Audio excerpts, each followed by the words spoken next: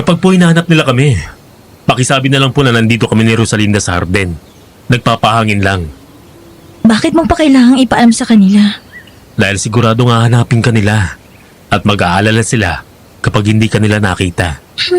Nagawa nga nila akong hindi pansinin sa loob ng 21 taon eh. Hayang ka na naman sa sama ng loob mo sa kanila. At yung si Charnilda, napansin mo ba? Bigla siyang nataranta nung may ibinulong yung katulong sa kanya. Baka naman may kinalaman sa tubuhan. Alam mo naman, doon ang gagaling ang kabuhayan ng pamilya nyo. Pamilya nila. Hindi naman nila ako isinasali. Kita mo? Natiis nila akong palakihin ng ibang tao. Hindi ka naman nila pinabayaan. Nagpapadala sila ng pera sa amin. Higit sa pangangailangan mo. Pera lang ang ibinigay nila. Pero binigyan niyo ako ng pamilya.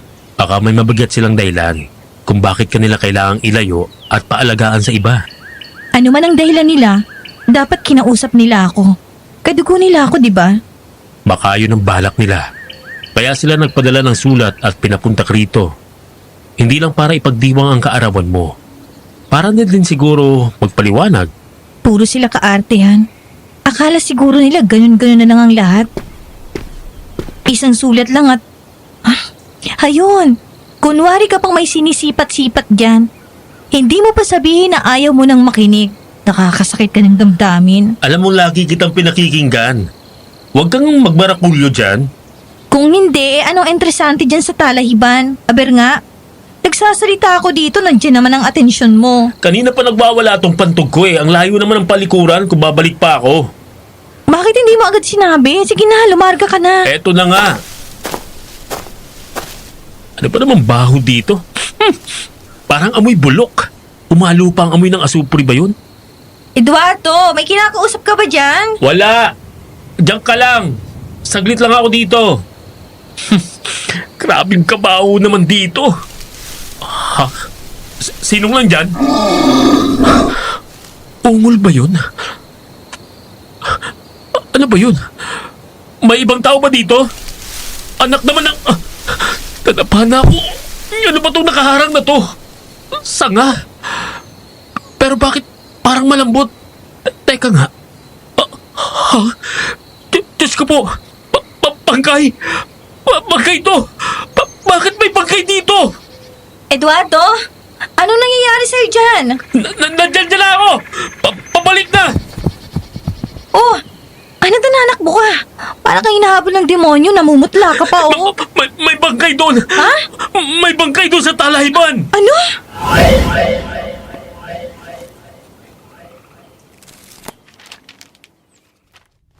Ika-24 ng Pebrero noong nakaraang taon, ika-21 kaarawan ko.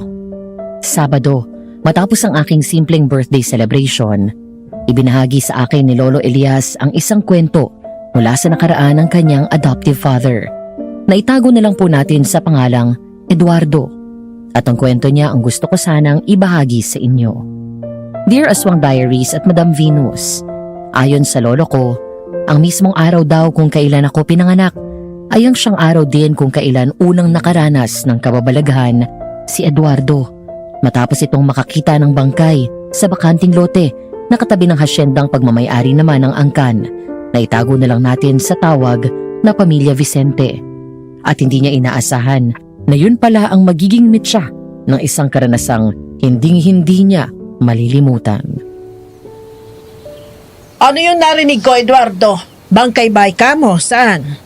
Charnilda, kanina pa po ba kayo dyan? Kararating ko lang dito, Rosalinda. Inahanap na kayo ng tiyo Danilo mo. May katulong na nakapagsabi nandito daw kayo sa hardin. Ninang Ernilda, buti at nandyan na kayo. Tumawag po kayo ng pulis o kaya tanod. May bangkay po akong nakita sa talahiban. Ganun ba? Teka, titingnan ko. Ninang! Oh, ano taninigaw ka, Eduardo? Ang sabi ko po, nakakita ako ng bangkay. Bakit mo parang wala man lang kayong reaksyon? Anong gusto mo? Maghisterya ako? Gumawa ako ng skandalo sa mahalagang araw na ito, ganun ba? Hindi po sa ganun, pero bakit po sobrang naman kayong kalmado? Ni hindi ko man lang kayo kakitaan ng pagkataranta. Iho, sa ganitong lugar, kahit ano ay pwedeng mangyari. Kung hindi matitibay ang loob namin, malamang napabayaan na din itong asyenda. na minana pa namin sa aming mga ninunong Kastila. Sinasabi niyo po ba na madalas mangyari to sa inyo dito? Madalas po kayong makakita ng bangkay? Hindi. Pero hindi pa tayo sigurado sa nakita mo.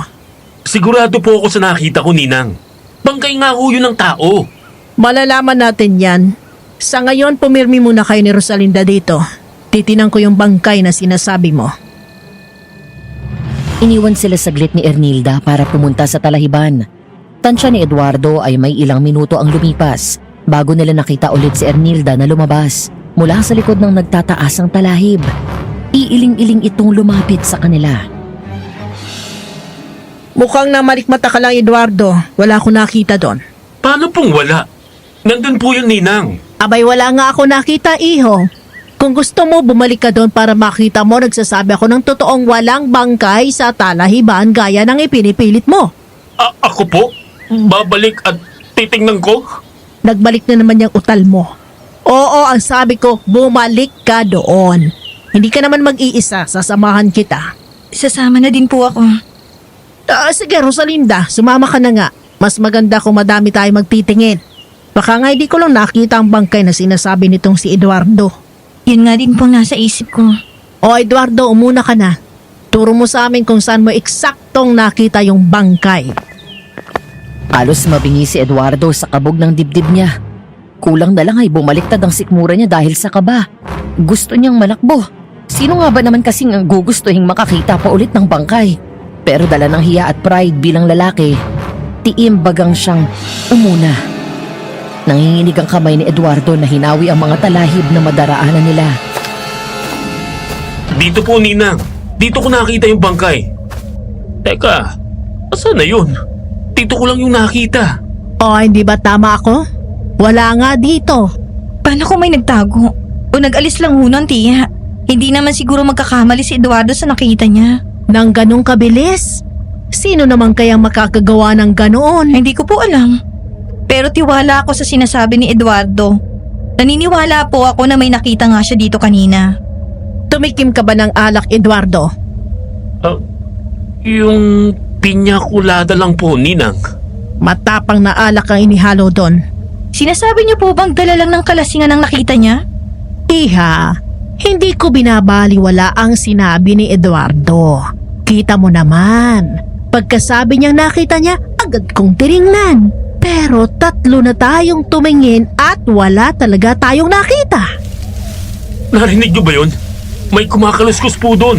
Baka dagang palay, marami niyan dito. Mabuti pa bumalik na tayo sa hardin. Sandali lang po, Ninang. Bakit? Naamoy niyo po ba yun? Ang alin, iho? Yung parang manamis-namis na amoy bulok? Oo nga. Nakakasuka. Baka bulok na daga lang yon. Sus, kayo naman. Tayo na pabalik sa loob. Ninang, nung makakita po ako ng bangkay dito, nakarinig po muna ako ng mga kaluskos at nakaamoy din ako ng amoy bulok na parang may halong asopre. Ha? Ano yun? Ay, Diyos ko. Anong nangyayari dito? Si Danilo na ninong ni Eduardo at siyang tiyuhin ni Rosalinda ang nakita nilang dumating. Doon napansin ni Eduardo na tahimik na ang paligid. Hindi na niya naririnig ang tunog ng banda ng musiko na inimbita ni Danilo para sa pagdiriwang ng kaarawan ni Rosalinda. Kanina ko pa kayo hinahanap. Pakikilala ko sana kayo ni Rosalinda sa mga bisita. Nasa hardin lang po kami, Ninong. Hindi naman ito hardin Eduardo. Talahiban ito. Ano bang ginagawa niyo rito? Nakakita daw ng bangkay itong si Eduardo dito mismo sa talahiban. Bangkay? Nasaan? Wala akong nakikitang katawan dito. Sigurado ako na may nagtago nun. Sigurado ka? Bakit? Nakita mo rin bang sinasabing bangkay nitong si Eduardo? Hindi. Pero naniniwala po ako sa sinabi niya. Mas pipiliin pa niyang paniwalaan ang hindi niya kadugo. Yang hindi ko kadugo na yan, tiya, ang nagbigay sa akin ng pamilya. Isang pamilya na kailanman ay hindi nyo na ibigay sa akin. Ikaw na walang utang na loob ka. Kung alam mo lang kung ano ang sinakripisyo ng tiyuhin mo para lang magkaroon ka ng normal na buhay, hindi mo kami pagsasalitaan ng ganyan. Anong utang na loob ho bang sinasabi nyo? Yung perang ginastos nyo sa akin? Tama na kayo. Ang mabuti pa bumalik na kayo sa loob. Magpahinga na tayong lahat. Bukas na natin ituloy ang usapang ito. Dahil sa naging pagtatalong iyon ng magtiya, hindi na lang pinilit pa ni Eduardo ang tungkol sa bangkay na nakita niya. Nanahimik na lang siya para hindi na makadagdag pa sa tensyon. Pero hating gabi na ay nananatili pa rin siyang gising dahil sa malalim na pag-iisip tungkol sa nangyari. Lahat na ginawa niya para antukin. Pero maya-maya lang ay nakarinig na naman siya bigla ng ingay sa may hardin mula sa bintana ng kwartong tinutulugan niya. Dahan-dahan siyang sumilip sa bintana at doon ay nakita niya si Danilo at Ernilda at narinig niya ang pinag-uusapan ng dalawa. Maaari bang magpahinga na muna tayo, Ernilda? Saka na tayo mag-usap. Kailangan mag-usap na tayo ngayon, kuya. Problema din alam mo sa ginawa mong pagpapapunta kay Rosalinda dito. Darating din naman tayo sa puntong mamumroblema tayo sa kanya. Kung hindi natin yun haharapin ngayon, kailan pa? Paano natin ipapaliwanag ang bangkay na nakita ni Eduardo? Buti mabilis kong naitago yon. Masyado lang matalas ang pamangkin natin. Kinutuban agad na may nagtago ng bangkay. Kasalanan mo din naman, Ernilda.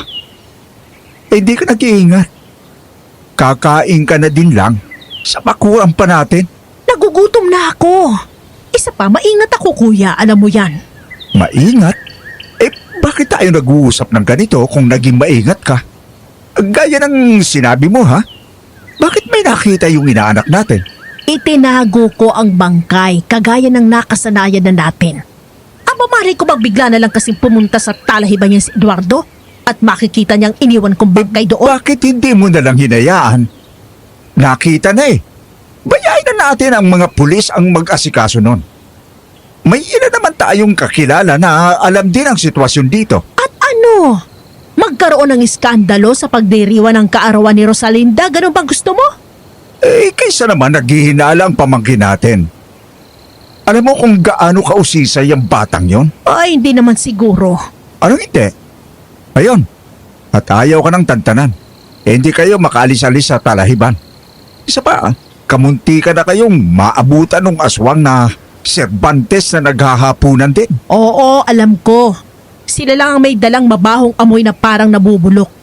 Kaya nga niyayaya ko na sina Rosalinda at Eduardo umalis na Talaga ba?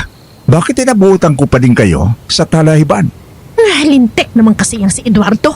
Ang talas ng tenga. Isa pa yan. Paano kung pareho ng mag-usisa ang dalawang yon? Ano nang paliwanag na ibibigay natin? Mag-usisa man sila. Ano pang magagawa nila? Magtutunog guni-guni na lang ang nakita ni Eduardo. Sinunog ko na sa pugo ng bangkay. Naidispatcha ko na din ang abo at buto. Kahit pa. Alam mong hindi na bata ang dalawang yon. Hindi mo na sila mapaglalalangan. Katulad na lang kanina sa talahiban. Mabuti na lang at nasa paligid pa si Waldo.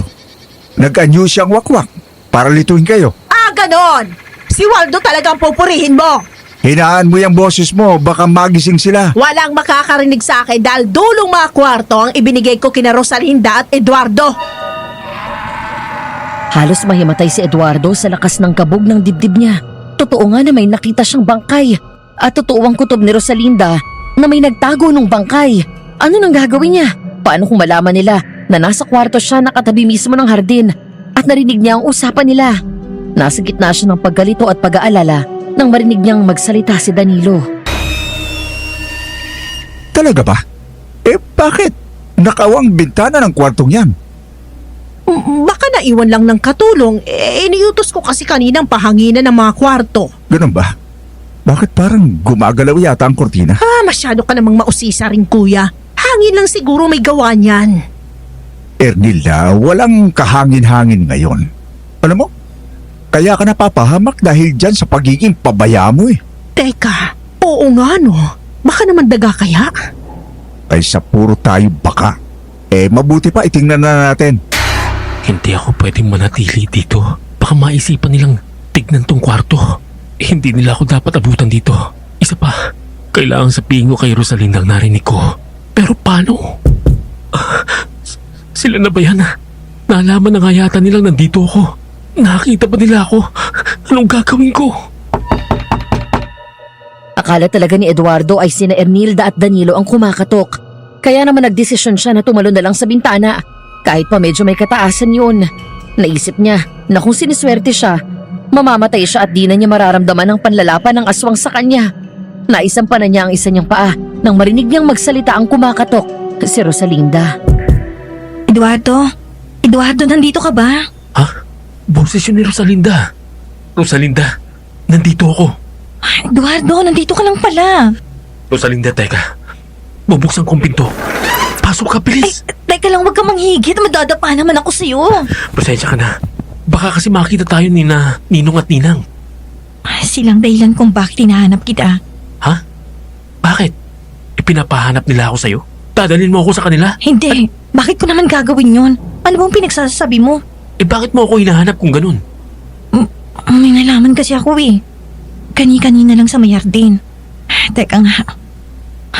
Bakit ka ba nandito? Ang alam ko magkatabi tayo ng kwarto. Yung katulong na nag-asikaso sa atin kanina, ang nagdesisyon na dito ako patulugin. Abi, bakit daw? Nalimutan daw niyang sabihin kina Ninong na hindi pa tapos ang pagkukumpunin ng kwarto at hindi pa pwedeng patulugan. Kaya ito ang ibinigay sa aking kwarto. Kaya pala, buti na lang inuna kong subukang katukin tong mga kwartong nasa bukana ng pasilyo. Kaya nahanap agad kita. Muntik mo na akong hindi abutan. Ha? Ang totoo niyan, patalon na ako sa bintana kung di ko lang narinig ang boses mo. Ano? Bakit naman? Akala ko, Hindi kasi ako makatulog. Baka namamahay ako. ganun din ako. Nasa hardin ako kanina, nagpapahangin. Baka sakaling antukin ako. Kaya lang, Kaya lang ano, bigla akong nakarinig ng ingay. Parang pagaspas ng malaking pakpak. Pag-angat ko ng tingin, dun ko nakita ang isang malaking itim na ibon. Napababa sa gitna ng hardin. anong ginawa mo? Natakot ako. Kaya nagtago ako sa likod ng makapal na halaman. Malapit sa kinatatayuan ko. Tapos nakita kong lumapag yung malaking ibon at At ano? Rosalinda? Bakit nangihinig ka? biglang nagbago ang anyo niya, Eduardo. Bigla siyang naging tao. Diyos ko po. Nakita mo ba kung sino? Oo, si Tio Danilo. Eduardo, siyang malaking ibong yon. Pagkarinig ng pangalan ng kanyang ninong, agad na natigilan si Eduardo. Napatitig siya kay Rosalinda. Tinitignan niya kung nagloloko lang ito. Pero walang pagbibiro sa mata nito. Pasalampak na naupo sa lapag si Eduardo. Tumitig ulit siya kay Rosalinda. Naramdaman ni Eduardo ang biglang pagbaha ng kaba sa dibdib niya. Naisip niya na kung aswang ang Nino Danilo niya, hindi malabong aswang din si Rosalinda. Bigla siyang napausod palayo sa kasintahan. Nagtaka si Rosalinda sa inakto niya. Ano't bigla kang umusod palayo? Wala naman. Umusod lang ako. Hindi nga. Teka, iniisip mo bang... Hindi ano? Bakit ko namang iisipin na aswang ka? ganon. Eh di iniisip mo nga. Panginoon ko, hinaan mo boses mo. Iniisip mo nga na aswang ako. Masisisi mo ba ako? Kadugo mo mga yun eh. Mag-isip ka nga. Kung aswang ako, nilapa ko na sana ang buong pamilya niyo noon pa. Pasensya ka na, Rosalinda. Talagang nagugulo na ako sa mga nangyayari ngayong araw eh. Huwag ka sana magalit sa akin. Hindi rin naman talaga kita masisisi, Eduardo. Pero hindi lang naman ikaw ang nagulat. Wala akong alam tungkol dito. Maniwala ka. Naniniwala ako sa'yo. Sandaling katahimikan ang namagitan sa dalawa bago muling nagsalita si Eduardo. Maya-maya, Teka, Rosalinda, hindi mo ba napansin? Ang alin? Parang bigla yatang tumahimik ng todo ang paligid. Teka, sisilipin ko sa bintana kung nandyan pa sila. Uy, teka lang. Baka makita ka nila. Umalis ka nga dyan. hindi pinansin ni Eduardo ang babala ni Rosalinda. Lumapit siya sa bintana at hinawi ang kurtinang tumatakip mula doon. Rosalinda, wala na sila sa hardin. Pakiramdam ni Eduardo, tumigil ang tibok ng puso niya. Pagkarinig niya ng mga katok, tumingin siya kay Rosalinda. Parehas lang pala sila na nanlalaki ang mga mata dahil sa takot. Sabay pa silang napaigtad ng maulit ang mga katok. Alam namin na naandyan kayo sa loob. Eduardo, anong gagawin natin? Hindi ko alam. Sumuko na lang tayo. Sumuko? Ano tayo, kriminal? Alam kong gising kayo, Eduardo, Rosalinda. Buksan niyo ang pintong ito. Mag-usap tayo. Ano na, Eduardo? Umisip ka ng paraan. Sa bintana. Tara! Ano? Pangalawang palapag to, Eduardo. Oh, teka, ano yun? Ang alin? Parang nakarinig ako ng pagaspas ng pakpak. Tsaka mo na alalahanin yun. Tayo na. Sa bintana tayo dumaan. Sinasabi mo bang tatalon tayo? Anong mas gusto mo? Ang tumalon tayo sa bintana o ang lapahin tayo ng mga yan? Pero mababalian tayo dyan! Oo, tama siya, Eduardo.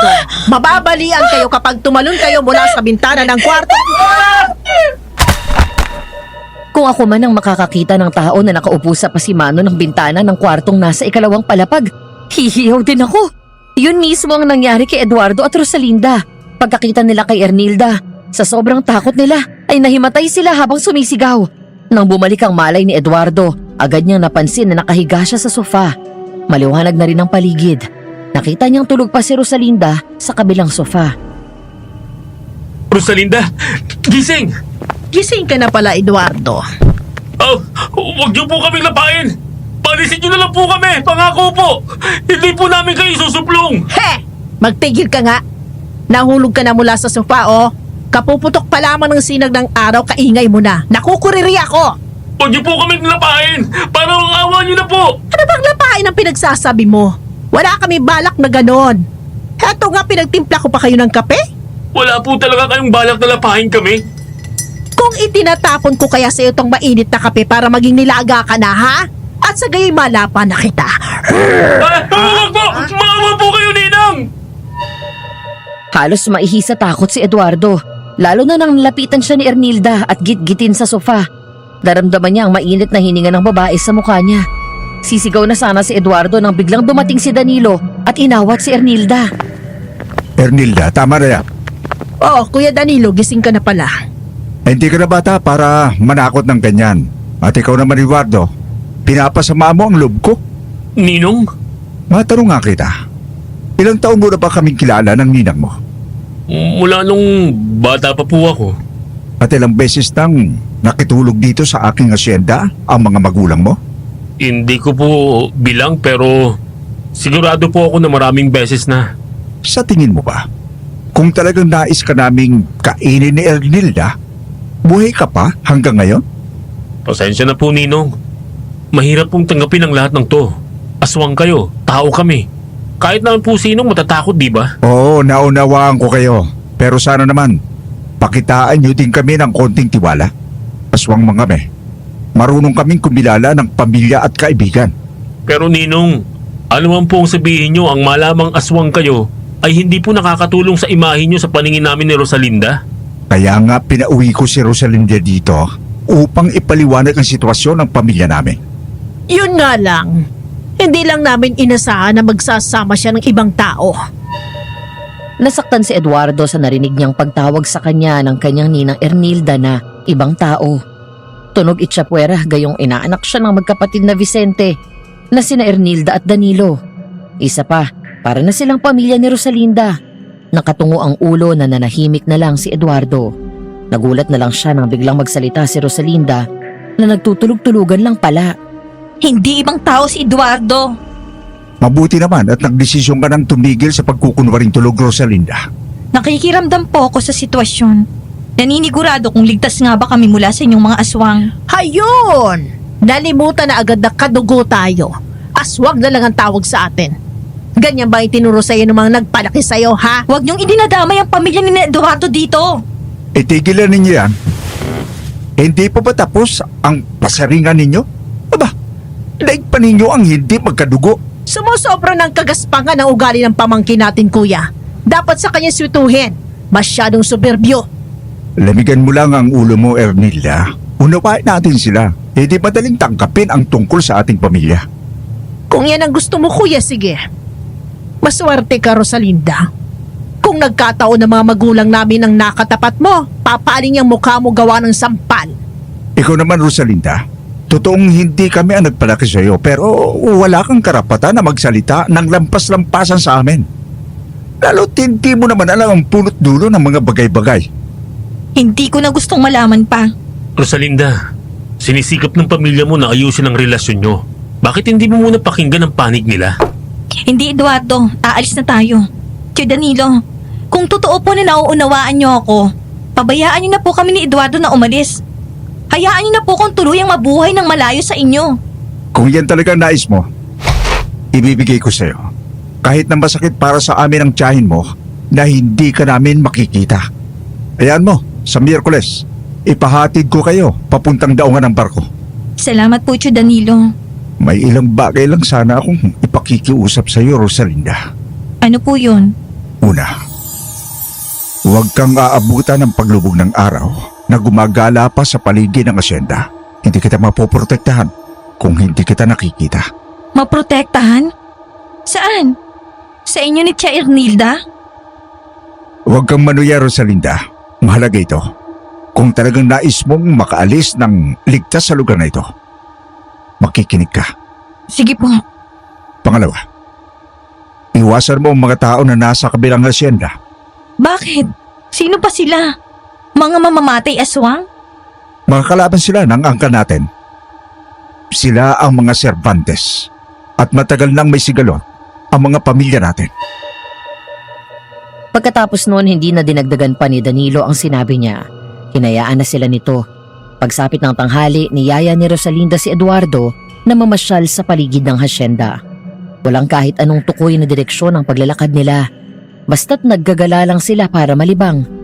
Hanggang sa may nakita silang batis na malapit sa taniman ng tubo. Doon na sila inabot ng hapon. Naku! Hinapon na pala tayo. Oo nga. Bumalik na tayo bago tuloy ang lumubog ang araw. Naku po, ano ba yan? Naku po! Ano ba yan? Biglaan namang umulan. Ayun, may namamata na akong kubo sa may ibayo. Sumilong muna tayo doon. Lalong lumakas ang ulan. Hindi ko na halos mabista ng buong taniman. Mukhang magtatagal tayo dito. Baka kung saan tayo mapapunta kapag sumugod tayo sa gitna ng ganito kalakas na ulan. Wala tayong ibang pagpipilian kundi ang magpatila na lamang muna. Ayon sa kwento ni Lolo Elias sa akin, naikwento ng Papa Eduardo niya sa kanya na lagpas 2 oras silang nanatili ni Rosalinda sa kubo.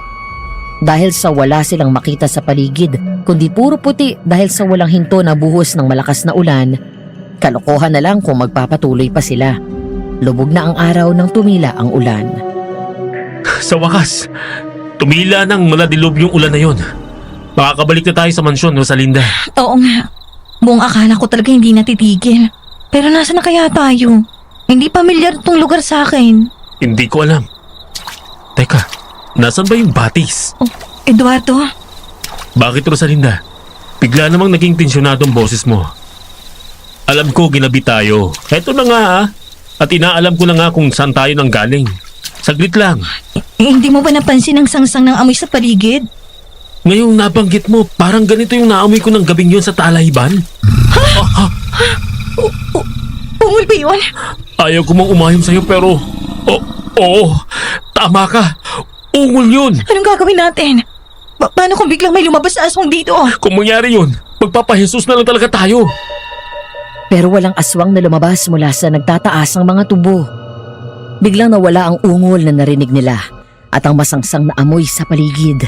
Kaya naman sinamantala nilang dalawa yun at nanakbo sila sa direksyon kung saan ang galing ang tunog ng agos ng batis. Tama naman sila, pero madilim na nang maabot nila ang batis. Halos wala na silang makita sa paligid. Ha? Nakabalik na tayo dito? Pero dumilim na ng tuluyan. Oo nga. Pero tanda ko na ang pauwi mula dito. Kung tutumbukin natin ang daan na ito, makakabalik tayo sa mansyon ng mga Vicente.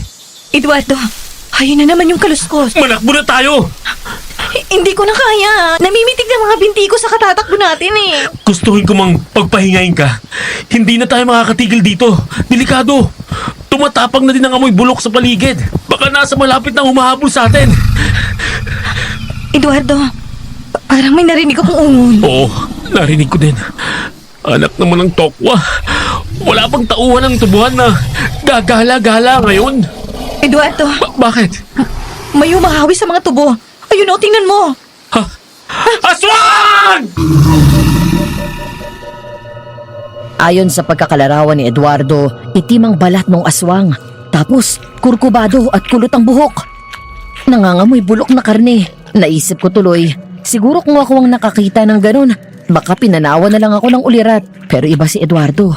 Sa gitna ng takot niya, nagawa niyang ilapag si Rosalinda at hagipin ng sanga na nasa may paanan nila. Ipinagwasiwasan niya yun hanggang sa tamaan ng aswang sa mukha. Tumakbo na tayo! Saan mo naman nakuha yung sanga na ipinangataw mo dun sa aswang? Sa lapag, nakakapal ang kamay ko nung papalapit ang aswang sa atin. Rosalinda! Anong nangyari sa'yo? Bakit ka nadapa? May napilipit ba sa'yo? Pinubulikat ako. Naalintik na tayo niyan. Amin na, titingnan ko. Bigla na lang na naramdaman ni Eduardo ang malakas na pagbangga sa kanya ng kung ano. Yung sigaw lang ni Rosalinda ang malinaw sa kanya. Para siyang manika na inihagi sa damuhan sa lakas ng pagkakabangga sa kanya. Ilang beses siyang nagpagulong-gulong sa damuhan. Narinig niya ang sigaw ni Rosalinda sa di kalayuan. Eduardo! Aray ko! Kumanti talagang loko. Ano? Bakit hindi mo pa ako tuluyang nilapa, ha? Nasaan ka? Ano bang nangyayari sa'yo? Hinahamon mo ba yung aswang? Magpasalamat ka nga't hindi ka tuluyang nilapa eh. Hindi. Sa tingin ko, pinaglalaroan niya tayo. Parang sa mga pusa kapag nakakahuli ng daga. Ano? Makinig ka, Rosalinda. Hindi tayo haya makaalis ng aswang na yan. Anong gagawin natin? Diyos ko po, palapit na. Tumayo ka na, Eduardo. Manakbo na tayo. Hindi ko na kaya. Napilipit ang kanang bukong-bukong ko. At sa tingin ko, malala din ang tama ng tuhod ko. Hindi kita iiwan dito. Iiwanan mo ako dahil kailangan may makaligtas kahit isa sa atin. Ayoko. Ano ba? Huwag matigas ang ulo mo. Kukunin ko ang atensyon ng aswang na yan. At habang abala siya sa akin, manakbo ka ng mabilis. Huwag kang lilingon. Eduardo. Ayan na. Malapit ang tarantado. Sa hudot ko, ha, Rosalinda. Dito. Dito! Nandito ang hinahanap mo! Gago! Handa nang mamatay si Eduardo, pero bigla siyang niyakap ni Rosalinda. Sinusubukan niyang itulak ang babae, pero kapit ako yun sa kanya. Dahil sa takot, nanlambot ang tuhod niya at napaupo na lang siya. Niyakap niya pabalik si Rosalinda at hinintay na lang ni Eduardo na lapain siya ng aswang. Pero hindi yun nangyari. Nakarinig siya ng malakas na ingay, parang pagaspas ng ibon. Tapos narinig niyang sumigaw si Danilo. Magkakamatayan muna tayo bago mo makante ang pamilya ko, Kaspian! Isang akbang na papalapit pa, Kaspian. At magpapang-abot talaga tayo! Yang mga kamag-anak mo ang pumapak sa ari-arian ko! Kahit ano pang dahilan mo, may kasunduan tayo na hindi natin kakantihin ang kahit na sinong kaanak ng Vicente o Cervantes. Pwe! Sabihan mo yung mga kapamilya mo. Minsan ko pa silang makita dito sa teritoryo ko. Hindi ko sasantuhin ang kasunduan natin! Tatandaan ko yan, Kaspian! Mabuti ko ganon! Umalis na kayo sa teritoryo ko! Oo, alis kami! Wala kaming dahilan para manatili dito! Ninong, Tayo na, bumalik na tayo sa atin. Nung nasa sala na sila ng mansyon at nakaupo na sa sofa, ratsyada na ng paninermon si Danilo. Pati si Ernilda ay parang naging Armalite ang bunganga na niratrat sila ng pangaral na parang wala nang katapusan. Si Rosalinda naman nakatungo lang na tinanggap ang lahat. Kaya naman ang matapos ang paninermon sa kanila, hindi nakapigil si Eduardo na hindi tanungin si Rosalinda at nabigla siya sa sagot nito. Naintindihan ba ninyo? Opo. Kung naintindihan ninyo, mabuti. Diyan na muna kayo. Magpapahangin ako sa labas. Bahala ka na sa kanila, Ernilda. Huwag nang mauulit na magpagabi kayo sa labas ha, maliwanag. maliwanag po sa sikat ng araw, Ninang. O siya, magpahinga muna kayo dyan. Magpapahanda lang ako ng tsaa. Himala, hindi ka sumagot, ni Kaputok. Mali naman kasi talaga tayo, Eduardo. Ang layo ng nilakad natin tapos hindi tayo nagpasama kahit sa isang katiwala. Ba? Nagbabayad na yata ang maldita nilang pamangkin, ha? Paano? Dito ka na. Hindi ko alam. Nag-iisip pa din ako. May hanggang Miyerkules pa naman tayo. Kung ano man ang maging desisyon mo, susuportahan kita, Rosalinda. Maraming salamat. Nang sumunod na araw, naging maayos ang maghapon nila. Napansin din ni Eduardo na medyo nag-iba ang pakikitungo ni Rosalinda sa tsuhin at siyahin nito. Hindi na niya naririnig na nanunuya si Rosalinda kapag sumasagot sa mga tanong nila. Kaya naman ang makakakain sila ng hapunan at nagpunta sila ni Rosalinda sa hardin para magpahangin, inalam ni Eduardo ang dahilan kung bakit nagbago ang ugali ni Rosalinda. Rosalinda, To, bakit? huwag ka magagalit, ha? Pero parang napansin ko na maayos ng pakikitungo mo sa mga tsuhin at tsahin mo. Talaga? Sa tingin mo kaya pansin din nila? Sa tingin ko naman oo. Sana nga. Pero bakit? Anong nagpabago ng isipan mo? Parang piniga ang puso ko nang makita ko si Tio Danilo na humarang nung muntik na tayong lapain ng aswang na si Caspian. Napagtanto ko na mali ako sa bintang na itinapon nila ako dahil ayaw nila ng responsibilidad. Mabuti naman. At handa ka ng buksan ng isipan mo. Oo, tapos nung nasa salas tayo, nung pinapagalitan nila tayo, O ano? Nagalit ka. Kaya hindi ka nalang kumigbo. hindi. Nakita ko sa kanilang tunay na malasakit. Naalala ko sa kanilang mga magulang mo, Eduardo. Anong ibig mo sabihin? Tanda mo ba nung 13 ako, 19 ka naman nun, at kutsero ka sa paupang kalesa ng tiyuhin mo? Kinulit kita na gusto kong hawakan yung renda. Tanda ko yun. Nabalaho yung kalesa dahil hindi ko kayang igiyan ng ayos yung kabayo. Tumumba tayo, tapos muntik pang madaganan ng kalesa. Puro galos tayong dalawa. Grabe ang palo ni Itay sa akin nun. Nakailang hapit ng sinturon sa akin. Para daw magtanda ako. At wag nang umulit pa. Tama, yun nga. Kahit ako napalo, binungangaan din tayo ng nanay mo. Pero nang matapos sila, niyakap nila tayo. Sinabi nila na sobra silang nag-alala. Totoo yun. Ramdam na ramdam kong panginginig ni tatay nung yakapin niya ako. Yun mismong nakita ko kay Tio Danilo. Nung protektahan niya tayo sa aswang. Tapos nung pinapagalitan niya tayo, nakita ko din ang sobrang pag-aalala ni Tia Ernilda. Nangingilid din ang luha niya nung niraratyadahan tayo ng pangaral. Oo, nakita ko din yun. Isa pa, kadugo ko sila. Hindi tama na tinitikis ko sila. Kahit na sila nang lumalapit sa akin at handang magpaliwanag. Mabuti naman. At naglinaw ang iyong isipan. Tama ka nga, Eduardo. Hindi ko man sila nakapiling. Hindi naman nila ako pinabayaan. Kahit na pera lang ang ibinibigay nila. Masaya ako para sa'yo, Rosalinda. Hindi ko nga alam kung paano ko sasabihin kay Tio Danilo at Tia Ernilda na hindi na muna ako aalis. Na gusto ko nang malaman ng dahilan kung bakit kailangan nila akong ilayo. Hindi na kailangan, Iya. Oh. Narinig na kita. Sapat na yun sa akin. Sa amin ang Tia Ernilda mo. Napatingala si Eduardo sa malaking puno ng akasya nang makarinig siya ng ingay na parang pagaspas ng malalaking pakpak ng ibon. Mula sa sanga ng nasabing puno ay bumaba ang isa pang malaking itim na ibon. Manghang napatitig si Eduardo hanggang sa naging si Ernilda ang ibon. Napaigtad pa si Eduardo nang lampasan siya ng nananakbong si Ernilda at masayang-masaya na sinugod ng yakap si Rosalinda. Iha! Pinasaya mo kami ng gusto. Tio Danilo, Tia Ernilda. Kanina pa po ba kayo dyan? Kararating ko lang. Galing ako sa paghahaponan. Hindi ako nakagawa ng ingay dahil napansin kong seryoso ang pinag-uusapan niyo ni Eduardo. Yun nga po, hindi na po muna ako aalis. Gusto ko pong makilalang pamilyang pinanggalingan ko. Ang pamilya natin, ang mga Vicente. Salamat, Iya. Tiyo, ayoko pong sirahin ang magandang saglit nyo pero... Magandang gabi sa'yo, Danilo! Anong sadya mo, Caspian? Itong iniwang ko sa talahiban na dapat ay kanina nyo pa nilinis. Sino yan? Buhay pa ba yan? Buhay? Sino ba ang payaso na ito, Danilo? Baka pwedeng...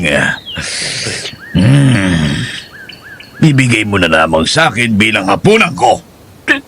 Diyos ko po. Gusto mo yatang dumanak ng dugo dito, Caspian? Miyembro ng pamilya namin ang pinagnanasaan mong lapain. Ernilda. Makinig ka sa kapatid mo, Ernilda. Hindi mo naman siguro gustong ipamukha ko pa sa iyo ang dahilan kung bakit nasa ganito tayong sitwasyon, hindi ba? Hindi na kailangan pa, Caspian. Iwan mo na lang yan. At kami nang bahalang umayos ni Ernilda. Ang laking pasalamat ni Eduardo nang tuluyan ng umalis si Caspian. Pero parang namang naluloko si Caspian.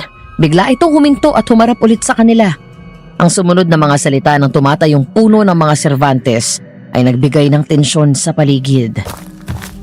Asa nga pala? Naku naman, pabalik pa. Hindi nyo pa yata pinapakilala sa akin yung babaeng dayo na kasama nyo, Danilo. Nakita mo na siya, Caspian. Sila nang inaanak kong si Eduardo na sinubukan mong lapain. Pero, hindi mo pa siya formal na pinapakilala sa aming mga Cervantes. ni hindi mo inimbita ang sino man sa pamilya ko nung nagkaroon ng kasiyahan dito sa inyo? Nakaligtan lang. Nakaligtaan? O talagang sumusunod ka sa yapak ng mga ninuno mo na mahilig magbitbit ng dayo? Wala akong ganong layunin, Caspian. Hayaan mo, sa parating na pista ng santo na si San Jose, formal kong ipakikilala ng aking pamangkin sa inyo. Pista! At talaga namang bumanggit ka pa ng pangalan ng santo. Nakikibagay ka sa mga hampas lupa mong tauhan, sa mga normal na tao.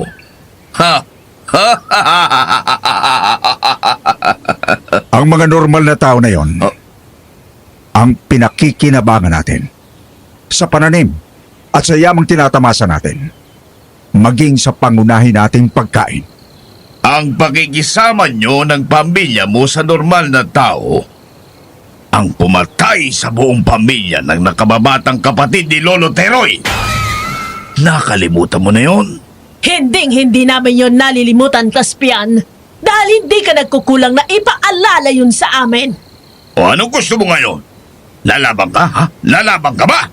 Halika, nangangati na ang mga pangil ko. Tama na, Caspian! Ipinaalala ko sa iyo na may kasunduan tayo. Kung sakaling handa ka ng baliin yon, sige lang, kantiin mo ang kapatid ko! Hindi pa ngayon, Danilo. Hindi pa. Pero darating tayo dyan. Sa ngayon, ayusin niyo ang kalat na ito. Diyan na kayo! Pagkatapos ng insidenteng yun, sinabi lahat ni Danilo kay Rosalinda at Eduardo ang istorya ng pamilya nila, kung bakit may sigalot sa pagitan ng mga Vicente at Cervantes. Sinabi din sa kanila ni Danilo kung bakit pumapayag sila ni Ernilda na maging tagalinis ng kalat nila. Kaya naman nang dumating ang araw na haharap sila sa mga Cervantes, hindi halos makatayo si Eduardo dahil panay ang panginginig ng tuhod niya. Oh, dito tayo sa may salas. Sinabihan ako ng mga katulong na nakita na nilang pumasok ng bakuran natin ang mga Cervantes. Ninang, baka pwede po hindi na ako umarap. Ayaw pong tumigil ng panginginig ng tuhod ko. Kailangang humarap ka, Eduardo. Magiging proteksyon mo yon dahil makikilala ka bilang parte ng aming pamilya. Saglit lang naman tayong haharap, Eduardo. Tiisin mo na. Rosalinda, kumain ka na ba? Opo, tiya. Sabi po kasi ninyo, hindi ako maaaring makita ng mga Cervantes na kumakain ng normal na pagkain ng tao. Dahil ipakikilala nyo ako bilang aswang na kagaya nyo. Oo, pasensya ka na. Pero hindi talaga nila dapat malaman na normal na tao ka. Pag po kayo mag-alala, tiya, nauunawaan ko po. Oh, eto na sila. Nagsipasok na. Hayaan nating si Kuya Danilo ang sumalubong sa kanila. Caspian, salamat sa pagdalo. Danilo, salamat sa imbitasyon. Siya nga pala. Ito ang aming pamangkin na si Rosalinda at ang inaanak namin na si Eduardo. Magandang gabi, Senyor Caspian. Ikinagagala ko po kayong makilala. Ganon din ako. Nauutal ka, iho. Pumanatag ka lang. Hindi ako nangangahay ng tao. Pwera na lang kung gutom na ako. Magandang gabi sa inyo, Senyor Caspian. At ganun din sa pamilya nyo. Magandang gabi din sa iyo, Rosalinda. Hayaan mong ipakilala ko sa iyo ang ilan sa aking mga kapamilya. Ito ang aking uniko iho, si Julio. Magandang gabi sa iyo, Rosalinda. Ikinagagala kitang makilala. Ganun din ako. Dayo si Julio dito. Kararating nga lang niya noong isang araw. Doon siya lumaki sa iba naming mga kamag-anak. Ganun po ba? Pero sa tingin ko naman ay hindi yun mamasamain ng mga Vicente. Hindi ba? Dahil mahilig naman ang pamilya nyo sa mga dayo. Kahit mga dayong nagdadala ng gulo. Mabiro ka talaga, Caspian. Alam mo naman sa panahon na ito, kaming mga Vicente ay hindi magdadala ng ganong uri ng dayo. Alam ko naman, kinabahan ba kayo? Tulad ng sinabi ni Danilo. Ganito lamang kaming magbiruan walang dapat na ipag-alala. Nasa na nga ba ako? Ipinapakilala mo sa pamangkin at inaanak namin ang pamilya mo. Tama. Ito naman ang aking esposa na si Josefina at ang nakababata kong kapatid na si Telma. Magandang gabi, Danilo, at sa pamilya mo. Magandang gabi sa inyo. At itong nakaupo sa silyang digulong ay ang aming lolo na si Lolo Teroy. Isang karangalan po na makilala ang inyong pamilya. Halina kayo sa loob, Caspian. Doon na tayo magpatuloy ng ating usapan. Nagpahanda na ako ng espesyal na lamesa para sa inyo. Mabuti pa nga. Kaya dyan, anong tinutunga nga ninyo? Iuwi nyo na si Lolo Teroy. Wala naman niyang gagawin dito. Pasimpleng humiwalay si Rosalinda at Eduardo nang maihatid nila sa espesyal na lamesa ang mga Cervantes. Naupo sila malapit sa may kusina ng mansyon at palihim na pinanood ng mga bisita. Napansin ni Eduardo na hindi maalis ang tingin ni Rosalinda kay Julio. Ang sakit ng kalooban niya, dinaan niya sa biro. Ang gwapo, no? Oo, tama ka. Matipuno din. Oo, sobra. Mistizo pa. Hindi katulad ko na kayo manggi. Gusto mo siya, no? Ha? No? Hindi ah. Anong gusto? Sino may gusto? Kanino? Tatanggi ka pa? Ayan. At di mo maalis-alis ang titig mo sa Julio na yan. Hindi naman. Rosalinda, alam mo matagal na akong may pagtingin sa'yo. Sa tingin mo ba, hindi ko mahalata kung nagkakagusto ka sa iba? Naniniwala kang mapaglalalangan mo ako? Hindi naman sa ganun, pero... Kung mahalin mo ako pabalik, salamat. Pero kung magmamahal ka ng iba, masasaktan ako. Pero hindi ko mamasamain. Salamat sa unawa at pagmamahal, Eduardo. Yun nga lang, ang lalaking yan ay anak ng kalabang pamilya nyo. Humahanga lang naman ako. Hindi pa ganun kalalim ang nararamdaman ko para sa kanya. Saglit lang na nagtagal sina Telma at Josefina. Pagkatapos ng kaunting kwentuhan ay nagpaalam na ang mga ito na uuwi na. Si Julio naman ay biglang tumayo at nagpaalam na papunta sa hardin matapos nilang makita na may ibinulong na kung ano si Caspian. Ilang sandali pa at nakita nilang papalapit sa kanilang dalawa si Ernilda. Kayo nga ang dalawa ay sumilip sa hardin. Baka kung ano nang ginagawa ni Julio doon, hinahanap na nung ama. Ano? Gusto niyo pa po kami na maging yaya ng anak ng Caspian na yun? Sige na naman, Rosalinda. Isama mo na din itong si Eduardo. Bago niyo puntahan si Julio, dumaan kayo sa kusina. Kumuha kayo ng asin bilang proteksyon niyo. Lakad na. Tia, talaga po bang ganito na lang ang papel ng mga Vicente? Alalay ng mga Cervantes? Alam mo ang sitwasyon ng pamilya natin, Rosalinda. Nagbabayad utang tayo sa kasalanang nagawa ng ating pamilya. Kaya tayo nakikisama. Kasalanang hindi naman po tayo ang may gawa. Kung hindi yung matatanda. Wala tayong magagawa, iha. Minalas na tayo ang sumambot ng gulo nila. Baka nga po mamukat-mukat natin sa panig talaga nilang mali. Di ba, Eduardo? Ano daw? Hininto ko talaga si Lolo Elias sa pagkikwento nang marinig kong yung salitang mamukat-mukat. Tinawanan ako ni Lolo. Ayon sa kanya, ang ibig sabihin ng mamukat-mukat ay malalaman nyo na lang. O sa wikang Ingles ay before you know it. Napakamot ulo na lang ako.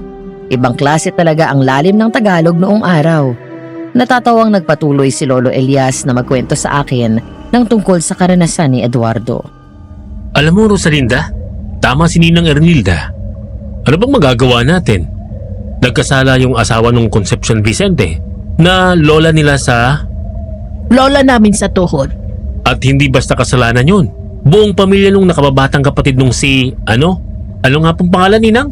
Eleuterio Cervantes, yung lolo Teroy nila. Ano ba, Eduardo? Abay, puro ka na lang tanong kay bata mo pa para mag-ulyanin. Sensya na po, Ninang, pero ayun lang nga. Namatay ang buong pamilya nung nakababatang kapatid nung Lolo Teroy nila. Ipapaalala ko lang sa iyo ha, na alam ko din ang istorya. Tayong dalawang kwinentohan ni Tio Danilo. Kung ganon, dapat mong maunawaan ang sitwasyon ng mga Vicente.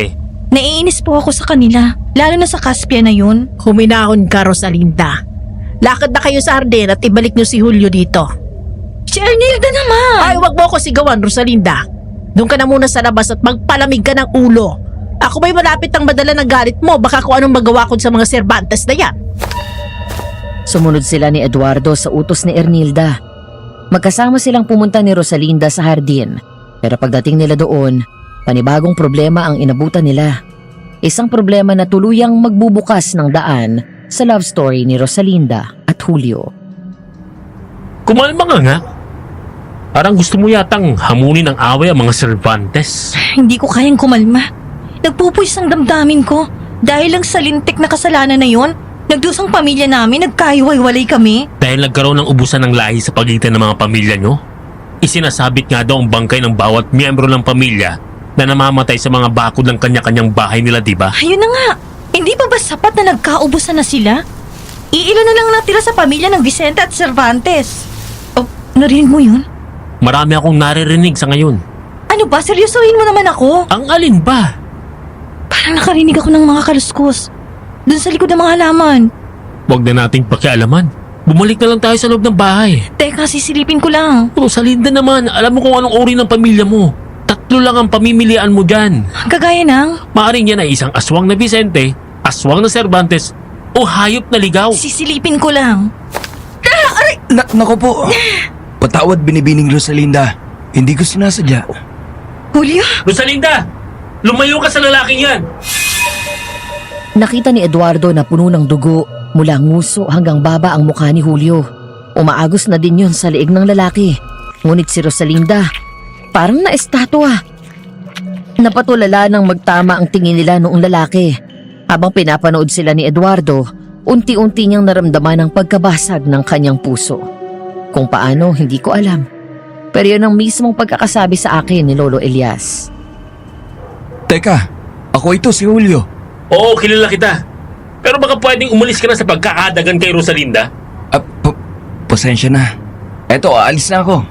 Etong kamay ko, Rosalinda. Abutin mo para matulungan kitang tumayo.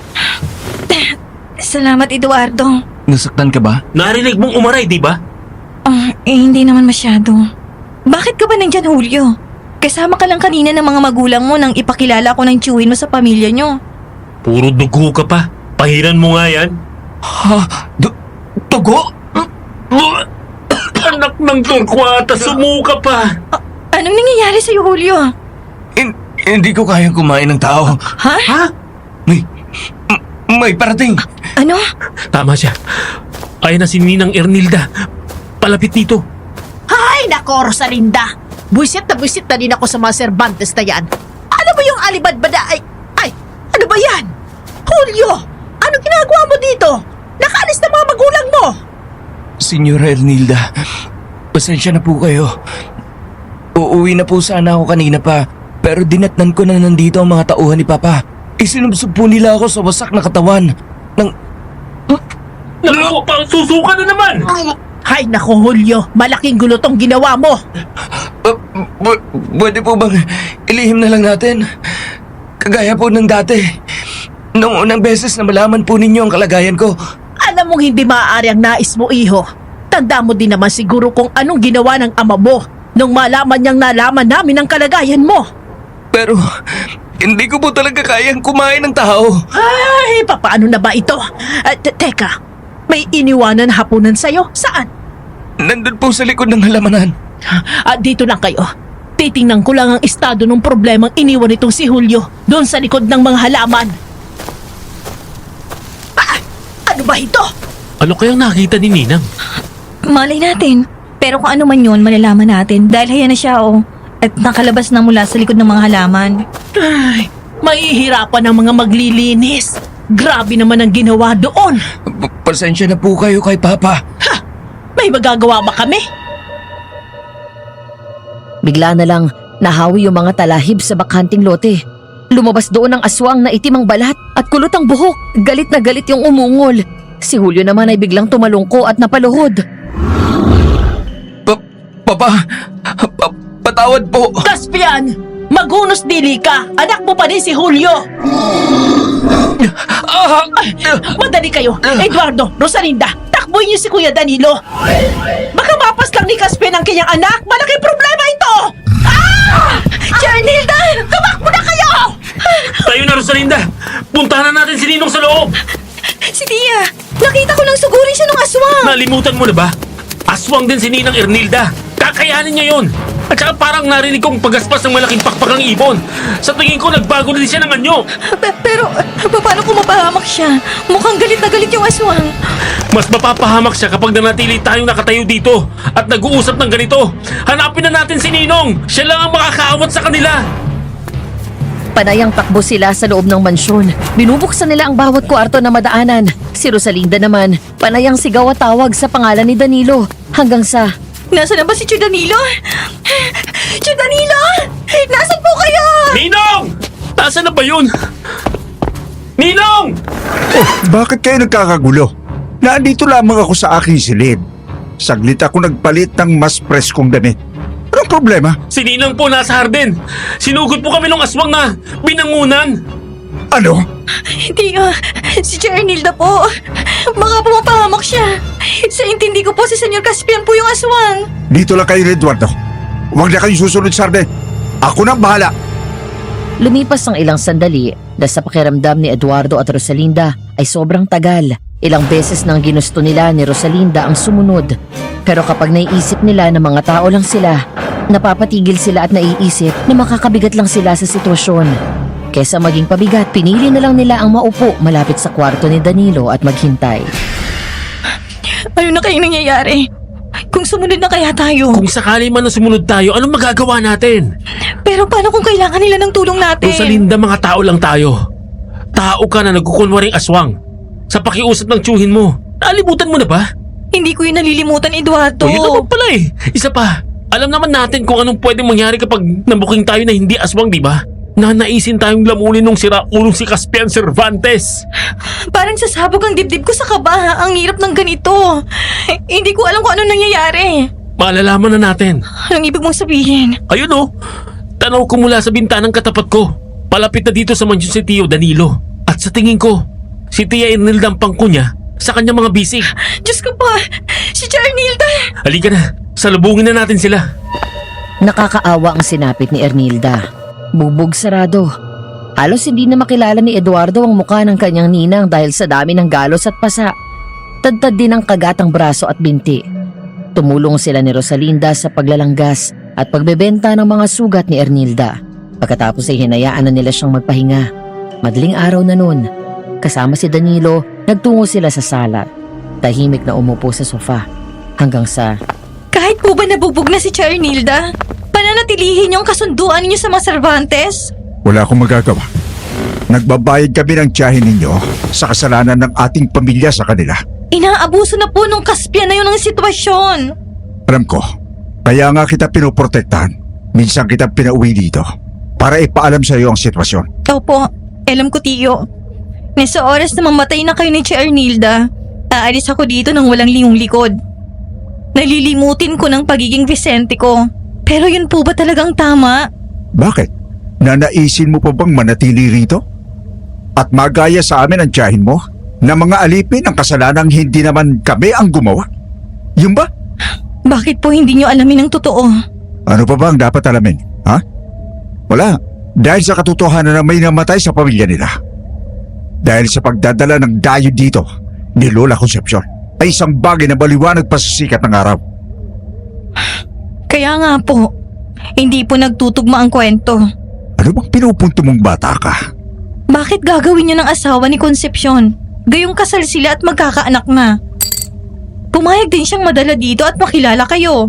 Dahil nga, hindi niya kami tanggap ng mga aswang. Kung talagang hindi niya kayo tanggap, bakit po siya pinakasalan ni Concepcion?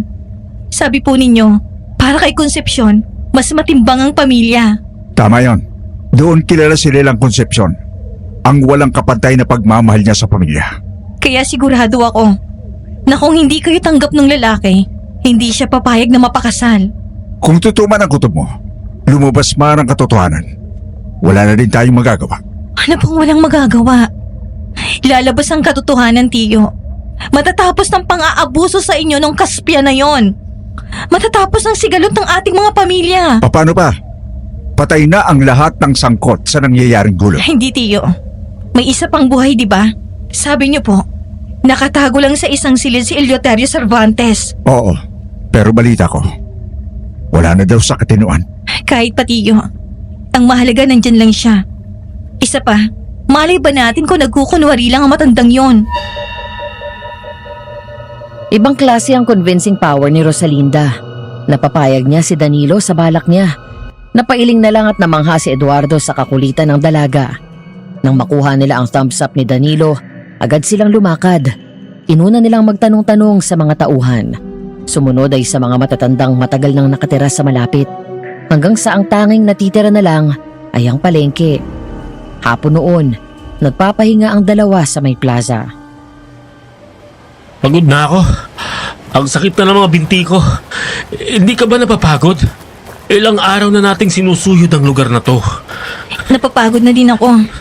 Pero para ito sa pamilya namin, kaya hindi ako pwedeng sumuko. Parang kailan lang.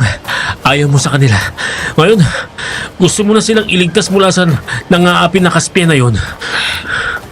Kung pwede nga lang na diretsahan tayong magtanong. Pero kabilin-bilinan ni Tio Danilo, huwag tayong magpapahalata. Tama naman si Ninong. Baka kung anong hurumintadong gawin ng kaspyan kapag naalamang pinapakialaman natin ang nakaraan. Siya pa talaga, no? Isipin mo na lang, Rosalinda. Usaping dangal ng pamilya ang nakasalalay sa ginagawa mong pakikialam. Siyempre, kung tamang kutob mo, mapapahiya sila. May iba ako. Kumusta na kaya yung Julio? Alam mo, malapit na ako magtampo sa'yo eh. Simula nung makita mong lalaking yun, napansin ko, palagi mo na lang siyang nababanggit. Hindi naman. Seryoso ako, Rosalinda. Hindi mo ako mapaglalalangan. Madalas na bukang bibig mo siya eh. Umamin ka nga. Nabighani ka sa lalaking yun, ano? Kung sabihin kong oo, magagalit ka ba? Mag-aalala ako ng husto para sa'yo. Alam mong anak siya ng kalabang angka ng pamilya niyo. Hindi ko yun malilimutan, Eduardo. Pero hindi ko maintindihan ang sarili ko. Nung una humanga ako sa kanya dahil Dahil gwapo. parang ibang dating kung kapwa lalaki ang magsasabi na gwapo ang kapwa lalaki niya. Kung pinaghihinalaan mo akong binabae, magagalit na talaga ako. Binibiro lamang kita, Eduardo. Mukhang akong binibiro ng tadhana. Anong sinabi mo? Ang sabi ko, mapagbiro ang tadhana. Dahil ang pinag-uusapan nating tao, hayan, at palapit sa atin. Ha? Nasaan? Tingnan mo nga ako, magulo bang buhok ko? May dumi ba ako sa mukha? Wala, pero kung gusto mo, guguluhin kong buhok mo at papahirang kita ng uling. Eduardo! Hayan na siya. Iiwan ko muna kayo saglit para makapag-usap kayo. Hindi mo naman kailangan umalis. Nauuhaw ako, maghanap ko ng palamig. Magandang hapon sa inyo, Eduardo, Rosalinda. Magandang hapon din naman sa'yo, Julio. Maiwan ko na muna kayo ni Rosalinda. Mag-aanap ako ng naglalako ng maiinom. Parang may namataan ako dun sa may kantong yon. Salamat. Rosalinda, iiwan muna kita kay Julio ha. Sige. Kahit naman ako, kung sa ibang lalaki nagkakagusto ang babaeng gusto ko na ng matagal, baka magsusuntok ako sa pader at mag-iiyak dahil sa sakit. Buti nga si Eduardo. Palamig lang ang hinanap. Balik tayo sa 1923 matapos ang pag-uusap na naganap kay Rosalinda at Julio. Naglalakad pa uwi si Rosalinda at Eduardo. Medyo papalubog na ang araw noon nang bigla nilang mamataan ng isang matandang lalaki na pamilyar sa kanila. Parang ang saya-saya mo ah.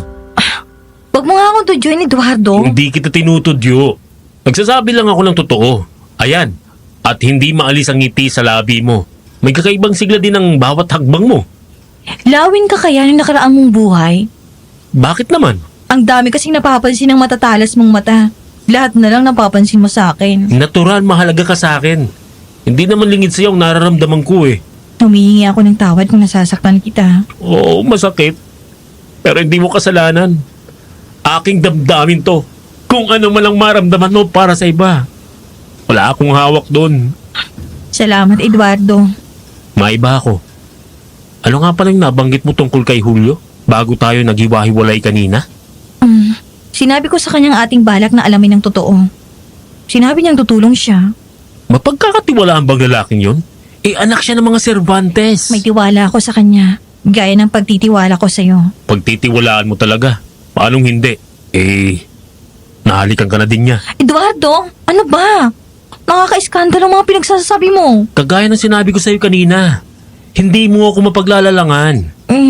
Bigla na lang nangyari. Nagkatitigan kami tapos... Hindi ko na nais pang malaman ng mga detalye.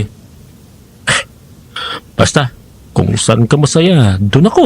Salamat, Eduardo. Pero paano kung mahawa ka ng pagkaswang? Matatanggap mo man na hindi ka na normal na tao? Na isa ka na ding nilalang ng dilim? Kumakain ng laman ng tao? Hindi ko makain ng laman ng tao si Julio. Mga hayop ang kinakain niya. O nga pala, no? Sa bagay, wala namang ipinagkaiba yun. Maghahanap ka lang ng hilaw. Eduardo! Ano? Bakit bigla kang nananawag? Ang seryoso pa ng mukha mo. Ayun no. Kita mo yung matanda. Anong meron dun sa... tanda? Ha? Hindi yata... Si Lolo Tero ng mga Cervantes yun ah. Magtago tayo dito sa damuhan, bilis. Dumapa ka ng dapang-dapa, bilisan mo. Ano bang ginagawa natin? Bakit tayo nagtatago? Naku po, palapit na siya. Katawan ba yung kalakaladkad niya? Manahimik ka na muna. Panginoon ko, hindi ko alam kung anong mangyayari sa atin kapag nakita tayo niyan. Ramdam ni Eduardo ang pagpitik ng mga ugat sa kanyang ulo. Habang abot-abot ang pananalangin niya na huwag silang mapansin ng matanda. Mukhang dininig naman sila dahil nakapagkwento pa nga siya sa inampo niyang si Lolo Elias. Balik tayo sa talahiban kung saan sila nagtatago. Agad silang nanakbo pa uwi nang masiguro nilang nakalampas na ang matatanda. Sinabi nila kay Danilo at Ernilda ang nakita nila. Hindi makapaniwala ang dalawa. Si Eleuterio Cervantes? Ang lolo tiroy ng mga Cervantes? Nakita ninyo na naglalakad na may kaladkad na katawan? Opo, Tiyo.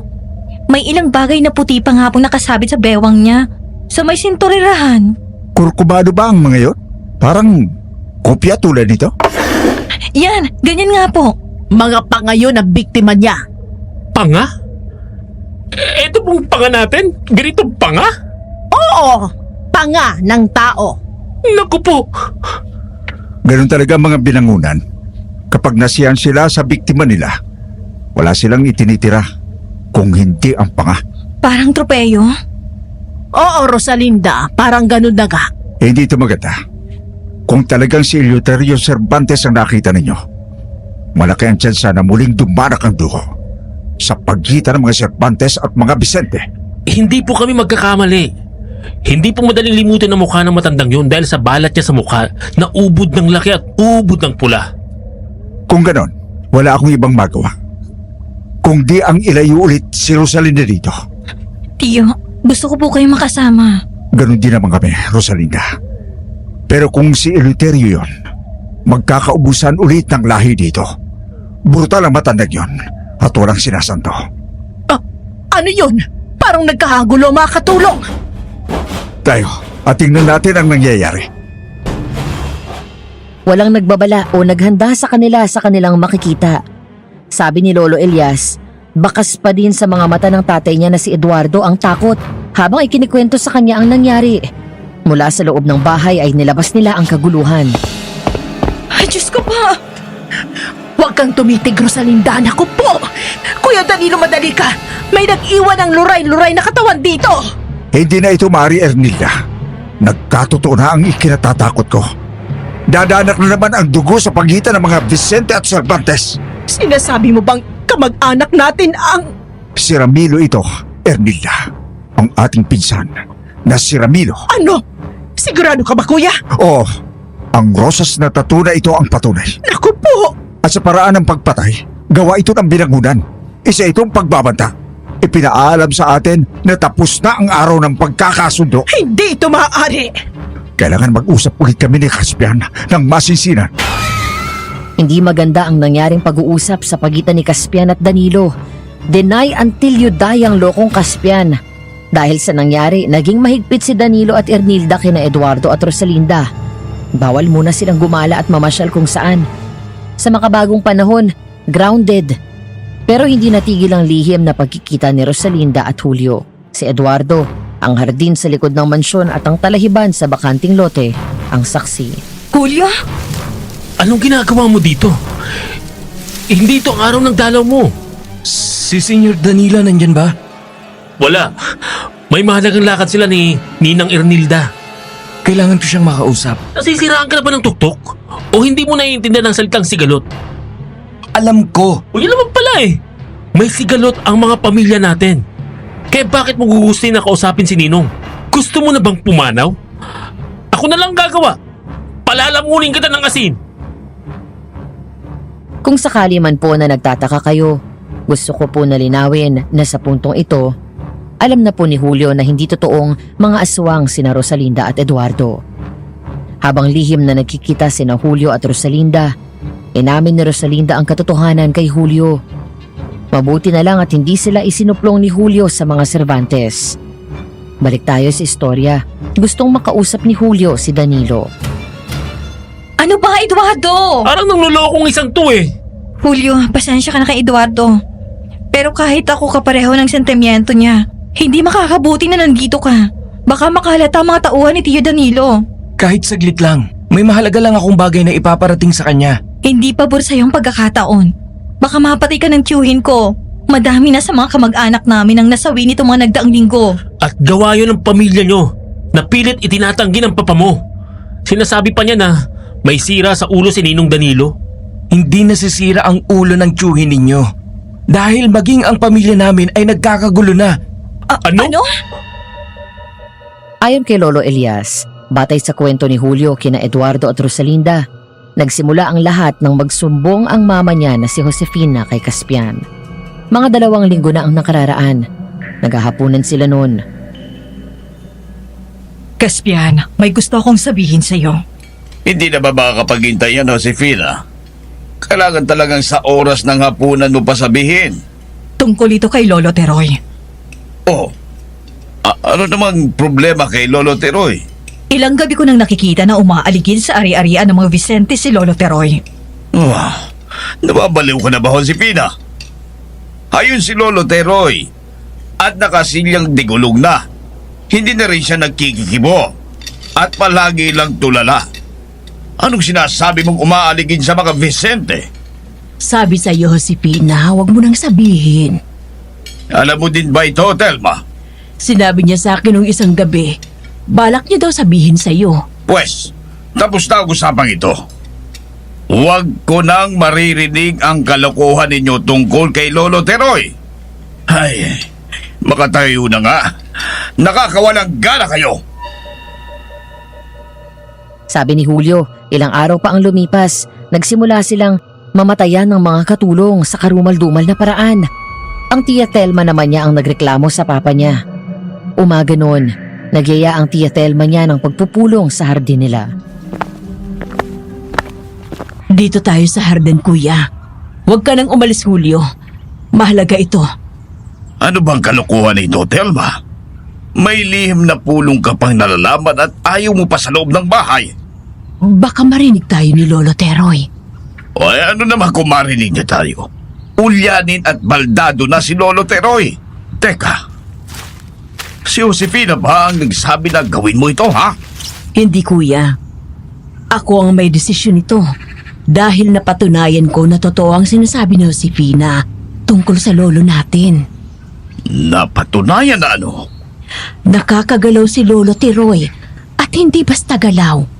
Nakakakain siya sa labas. Nakakapambiktima. Eto, tingnan mo itong nakuha ko na nakasingit sa may sinturera ng pantalo ni Lolo Teroy. Oh, ano ba itong ito ng tao? Kaya nga, O ano naman? May mga ganyan din ako. Caspian, bago yan. Kita mo at mamasa-masa pa. Hindi. Imposible. Paralisado na siya. Imbalido. Hindi, kuya. Kutob ko nagkukunwari lang siya. Ganun din po ako, Papa. Anong sinasabi mo, Julio? Minsan po, nung hindi ako makatulog, nahuli ko po si Lolo Teroy na lumalabas ng kanyang silid. Ano? Bakit hindi mo agad sinabi sa akin? Nahuli po kasi ako ni Lolo. Sabi niya, papaslangin daw po niya si Mama kapag nagsumbong ako sa inyo. Alam na ba ito ni mama mo? Opo. At maging si Mama po ay pinagbantaan po ni Lolo Kaya tumigil na din siya sa pagsusumbong sa inyo. Dahil sa mga sumbong, nagplano si Caspian na hulihin si Eleuterio. Nagkunwari siyang nasa kwarto na at natutulog at kagaya ng mga sumbong sa kanya, nahuli niya si Eleuterio na papatakas na naglalabas-masok sa mansyon ng mga Cervantes. Sa madaling salita, hindi ito totoong baldado. Ilang araw na minaman-mana ni Caspian si Eleuterio at matapos ang 2 linggo, hinarap niya ang matanda. Madaling araw noon. Nilait-lait ko pa si Danilo Vicente. Tinawag ko pa na baliw. Ngayong totoo naman pala na nakakagalaw kayo. Kuya, ano bang... Lolo Teroy? Totoo ang mga sinabi ninyo. Nakakagalaw nga siya. Matagal niya na tayong niloloko. Anong gusto mong gawin ko? Maupo na lang habang pinapanood kita na nakikipagmabutihan sa mga Vicente. Hindi pa ako nakikipagmabutihan sa kanila. Paraan ko yon ng pagbabayad sa kasalanang ginawa ninyo noong kabataan ninyo na ayaw ninyong aminin. Ano po? Anong kasalanan ni Lolo Teroy? Ano ginagawa mo dyan, Julio? Kumuha po ako na maiinom. Kanina pa po ako dito. Teka. Ano bang kasalanan ang sinasabi mo, kuya? Ang matandang ito, ang siyang may kasalanan kung bakit namatay ang buong pamilya ng nakababata niyang kapatid. Ano? Siyang nagsumbong sa taong bayan ng tungkol sa pagkaswang ng mga Vicente. Pero pangalan ng asawa ni Concepcion ang ginamit niya. Naku po. Manahimik ka! Ginawa ko yon dahil nagtaksil sa akin si Concepcion. Dahil hindi siya tumupad sa kasunduan ng pamilya natin na kami ang ikakasal. Bagkus ay sa isang dayo siya nagpakasal at dinala pa dito. Inapakan niya ang pagkalalaki ko. Lintik na pagkalalaki yan! Saan ba kayo dinala ng pagkalalaki niyo? Sa pagkamatay ng kapatid ninyo, ng buong pamilya niya, maging ang mga bata ay nadamay at sinunog ng taong bayan. Dahil sa pagnanais ninyo na mapahamak ang asawa ni Concepcion. Tapos ang usapang ito. Wala akong kasalanan. Wala! Ang mga Vicente ang nagumpisa ng gulong ito. Kaya dapat lang silang magdusa. Kung tumupad lamang sana si Concepcion sa kasunduan, hindi ko yun gagawin. Lolo Tirol! Ano bang gulo yan? Ay! Naku po! Awatin mo sila, Julio! Teka, gigisingin ko mama mo! Papa! Lolo Teroy! Tama na po! Madali ka, Sipina. Awatin natin sila! Anong nangyayari? Sinong kalaban ni Caspian? Si Lolo Teroy yan! Kahit ang sariling dugot laman niya ay kaya niyang saktan? Tama ka, Sipina. Totoo ang nakita mo na nakakagalaw si Lolo Teroy. At patawarin mo kami dahil hindi ka namin naprotektan sa mga banta ni Lolo Teroy. Hindi na yun mahalaga sa akin. Ang mahalaga ngayon ay maawat natin sila. Pamilya tayo. Hindi tayo dapat nagpapatayan ng ganyan. Papa! Lolo Teroy! Tama na! Awat na po! Telma, tumulong na tayo. Baka magkapatayan na sila.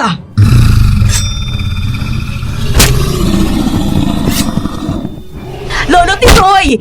Tigilin niyo na po si Kuya Caspian! Julio!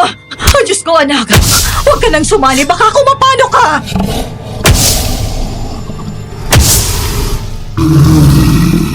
Nang matapos ang gulo sa mga Cervantes, halos lahat ng muebles ay nabasag. Panay kalmot din ang mga dingding at sahig. Kumalat na tilamsik ng dugo mula sa kalmutan ng kuko ng mga aswang. Bugbog sarado si Caspian, ganon din si Telma. Hindi nila alam kung saan nagpunta si Eleuterio. Sa utos ng mama niya, pumunta si Julio sa mga Vicente para ibahagi kay Danilo ang nangyari. Ay, Diyos ko po. Ano na nangyari sa pamilya niyo? Hindi ko na din alam. Si Mama lang ang nagpapatakbo ng buong kabahayan ngayon. Dahil baldado si Papa at siya Telma. Magpapadala ako ng tauhan para tumulong sa mama mo. Pero wala akong madamang awa para sa ama mo. Karma na yan. Tio Danilo. Sa sobrang tutok ninyo sa pag-uusap ninyo, Hindi na ninyo ako napansin na nakalapit. Senyor Danilo. Julio, mabuti pa umalis ka na. Saka na kayo mag-usap ni Ninong. Baka masaktan ka niya. Hindi. Dapat ngayon na ito. Sa dami ng kasalanan ng pamilya namin sa inyo, makabawi man lang ako. Sabihin mo, Julio, anong ginagawa ng isang Cervantes sa ari-arian ko? Kayo po talagang sadya ko, Senyor Danilo. Ako? Sabihin mo, binata. Anong magandang dahilan ang pipigil sa akin na paslangin ka? Gayong halos maubos ang pamilya ko, kagagawa ng lulo ninyo na itinatanggi ng ama mo. Wala pong alam si Papa. Kanila lang po niya nalaman ang totoong nakakagalaw si Lolo Teroy. At gusto mong maniwala ako sa pambibilog mo ng ulo ko? Matagal nang alam ng ama mo ang lihim, pero ipinagpatuloy niya ang paninisi sa amin. Tinatarantado mo ako! Tio Danilo, wag po! Wag niyo pong saktan si Julio! Saktan? Isang suntok lang yun sa pangaro sa Linda. Isang suntok! Kumpara sa sakit ng damdamin ko na halos araw-araw may namamatay tayong kamag-anak. Lo siento, Senyor Danilo. Ako na pong humihingi ng kapatawaran sa ginawa ng aking Lolo Teroy sa inyo, maging sa pagtatago ni Papa ng totoo. Pero unawain ninyo din po siya. Iniingatan niyo po ang dangal ng pamilya namin. Gusto kong balinaw mong sabihin sa akin ang nalalaman mo. Yung tungkol sa pagkamatay ng nakababatang kapatid ni Eleuterio Cervantes. Ang nagsumbong po sa taong bayan na mga aswang ang mga Vicente ay walang iba kundi si Lolo Teroy. Ano? At bakit naman niya gagawin yon? Nais po kasi ni Lolo Teroy na makaganti sa ginawang pagpapakasal sa iba ni Concepcion. Pero wala silang relasyon. Pero pakiramdam po ni Lolo, naapakan ang pagkalalaki niya. Kaya naisip niya na kung mapapahamak ang pamilya ninyo at malalaman na asawa ni Concepcion ang may gawa, ang pamilya niyo mismo ang papas lang doon sa lalaki. Ibig sabihin, ginamit niya lang ang pangalan ng asawa ni Concepcion? Naalala ko na. Yung sabi ng matandang babae sa atin. Isang lalaking taklob ng salakot ang mukha ang nagsuplong ng mga aswang ang mga Vicente. At ang ibinigay na pangalan ay sa asawa ni Concepcion. Yan din ang naipasang kwento sa amin. Pero parang napaslang ang buong pamilya ng nakababatang kapatid ni Eleuterio. Nahuli sila na kumakain ng tao nang sumugod ang mga taong bayan. Ibang klase. Instant karma. Nag-isip ng masama si Eleuterio sa kapwa at bumumerang yon sa kapatid niya. Nakakalungkot na maraming inosenteng buhay ang nawala dahil lang sa natapakang pagkalalaki. Sabi ni Lolo Elias, matapos malaman ni Danilo ang totoo, agad na sumugod ito sa mga Cervantes. Pero ang tanging nadatnan na lang niya ay ang bugbog saradong si Caspian. Nagkapatawaran ng dalawa. Ipinaubayan na ni Caspian kay Danilo ang gagawin kay Eleuterio. Sa gabi nito, babawiin natin ang nawalang dangal ng mga Vicente. Isa lang ang tutugisin natin. Si Eleuterio Cervantes. Bumaha ng dugo dahil sa kanya. Dugo din niya ang kabayaran. Sasama po ako. Kakayanin mo ba, Julio? Dugo ka pa din ni Eleuterio.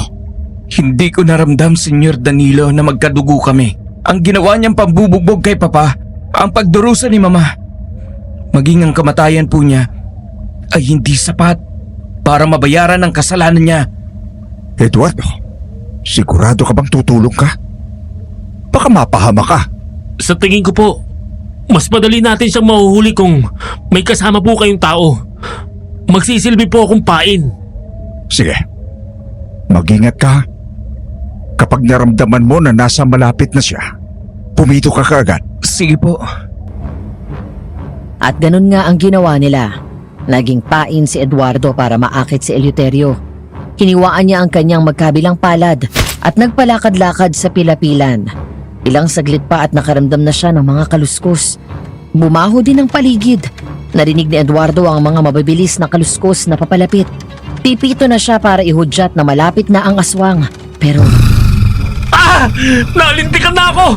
Naunahan ako ng pag-atake ng aswang! Tulong! Tulungan niyo ako! Nandito na ang aswang! Ilihigit ako! Ninong! Nandito ako! Bitawan mo ang taong yan! Lola Teroy!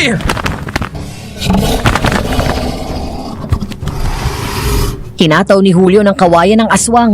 Panay naman ang pangkukuko ng malaking ibon na wakwak sa aswang ng binangonan.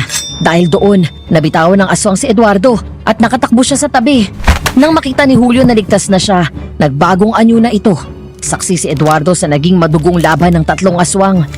Di naglaon, napuruhan na sa wakas si Eleuterio. Nagbalik na ang lahat sa kanilang anyong tao. Sa wakas nagbayad ka din ng kasalanan mo sa pamilya ko. Hayop ka! Wala akong kasalanan! Ginawa ko lang ang nararapat. Pinagtaksilan ako ni Concepcion. Pinagtaksilan ko din siya. Manahimik na po kayo! Pagdusahan ninyo sa kabilang buhay ang lahat ng pagkakasala ninyo! Paalam! Eleuterio Cervantes! Natapos na. Opo. Natapos na. Hindi pa! Ano? Nagsisimula pa lang isang bagong kabanata ng mga buhay niyo, Ninong. Sa pagkakataon na ito, bilang lolo naman, Ano?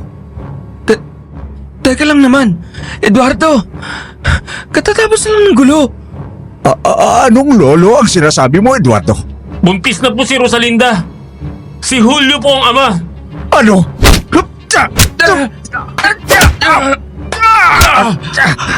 Eduardo! Hindi mo naman ikamamatay yan. Munting ganti ko yan dahil sinaktan yung puso ko.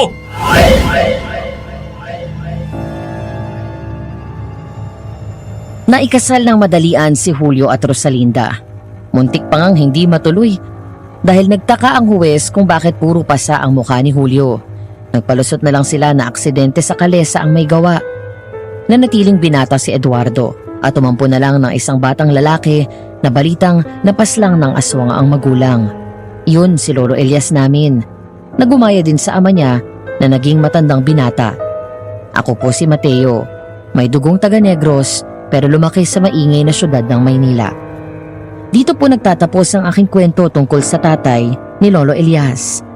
Kung napakinggan niyo po ang istoryang ito, sana po ay mag-iwan kayo ng komento sa comment section. Samahan niyo na rin po ang pag-subscribe.